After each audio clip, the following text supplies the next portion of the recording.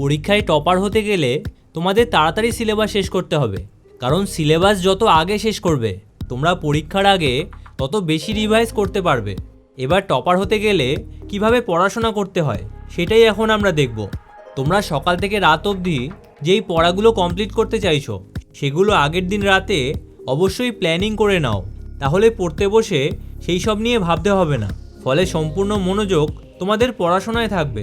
এবার পড়তে বসে যেই জিনিসগুলো লাগবে, যেরকম খাতা, বই, পেন, স্কেল, এই ধরনের জিনিসগুলো তোমরা আগে থেকে নিয়ে বসো, যাতে পড়তে বসে বারবার উঠতে না হয়।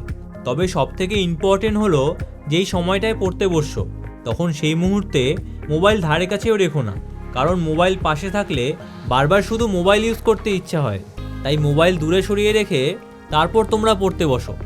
জেগে ওঠো চ্যানেলে তোমাদের সবাইকে স্বাগত। পরীক্ষায় টপার হতে গেলে তোমাদের 3টে পদ্ধতি ফলো করতে হবে, তাই ভিডিওটা অবশ্যই মন দিয়ে দেখো। নাম্বার 1, আমাদের পড়াশোনা করার প্রত্যেকের একটা ধরন আছে। যেরকম কারো সকালে পড়তে ভালো লাগে, আবার কারো রাত জেগে পড়তে ভালো লাগে। দেখো, এদের মধ্যে কোনোটাই ভুল না, তাই তোমাদের যেইভাবে পড়তে ভালো লাগে তোমরা সেইভাবেই পড়াশোনা করতে পারো, তাহলে পড়াশোনা করতে অনেক ইন্টারেস্টিং লাগবে। তবে সমস্যা হলো আমরা অনেক কিছুই প্ল্যান করি, কিন্তু বাস্তবে গিয়ে কোনো কিছুই ফলো করতে পারি না। দেখো, এর কারণ হলো আমরা অতিরিক্ত পড়ার চেষ্টা করি।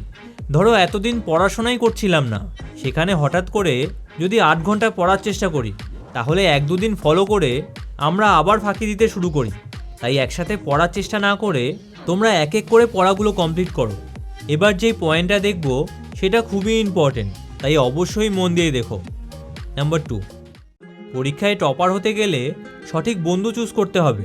যদি তোমার বন্ধুদের মধ্যে তুমিই সবথেকে ভালো স্টুডেন্ট হও, তাহলে এইটা বুঝবে যে তুমি ভুল বন্ধুদের সাথে মিশছো, কারণ তোমার সাথে থেকে তারা তো অনেক কিছুই শিখে নিচ্ছে, কিন্তু তাদের কাছ থেকে তুমি কিছুই শিখতে পারছো না। উল্টে তারা যদি খারাপ হয় তাহলে তুমিও খারাপ হতে খুব বেশি সময় লাগবে না। অর্থাৎ এইসব বন্ধুদের যদি সময় নষ্ট করতেই ভালো লাগে, তাহলে তাদের সাথে মিশে তোমারও সময় নষ্ট করতে ইচ্ছা হবে। দেখো, তোমরা যেই ধরনের বন্ধুর সাথে মিশছো তোমরা দিনের পর দিন তাদের মতোই হয়ে যাচ্ছ। তাই টপার হতে গেলে তোমরা সেই রকম বন্ধু বানাও যারা পড়াশোনায় তোমার থেকে অনেক ভালো, তাহলে তাদের সাথে মিশে তুমিও ভালো স্টুডেন্ট হয়ে যাবে। এবার একদম লাস্ট পয়েন্টটা দেখব, এই পয়েন্টটা সবথেকে বেশি ইম্পর্টেন্ট। নাম্বার 3, আমরা পড়াশোনার জন্য বিভিন্ন জিনিস নিয়ে ব্যস্ত থাকি। যেরকম আমরা নোটস তৈরি করতে বসি, এছাড়া স্কুল অথবা টিউশন পড়তে যাই, কিন্তু সবথেকে দরকারি যেটা অর্থাৎ পড়াশোনা সেটাই করি না। দেখো, শুধু স্কুল অথবা টিউশন গেলেই পড়া মুখস্থ হয়ে যাবে না। পড়া মুখস্থ করতে হলে তোমার নিজেকেই পড়াশোনা করতে হবে, তাই অন্য সমস্ত কাজ করলেও পড়াশোনার জন্য সময় বার করতে হবে।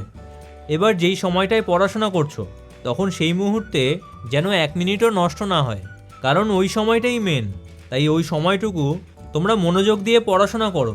দেখো, টপার হতে গেলে তোমাদের রেগুলার পড়াশোনা করতে হবে, এই না যে একদিন পড়াশোনা করে আবার 10 দিন শুধু ফাঁকি দিচ্ছ, তাহলে কখনোই তোমরা টপার হতে পারবে না।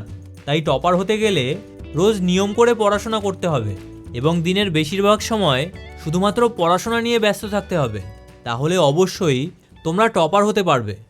তবে এই মুহূর্তে একটা সমস্যা হলো আমরা যতই পড়াশোনা করি কিন্তু পড়া কিছুতেই মনে থাকছে না। তাই খুব সহজে যদি পড়া মুখস্থ করতে চাও তাহলে ডান দিকের ভিডিওটা দেখো, আর যদি টপারদের ডেইলি রুটিন সম্বন্ধে জানতে চাও তাহলে বাঁদিকের ভিডিওটা দেখো। তাহলে তোমাদের সাথে ওই ভিডিওতেই দেখা হচ্ছে। ভিডিওটা ভালো লাগলে চ্যানেলটা অবশ্যই সাবস্ক্রাইব করো।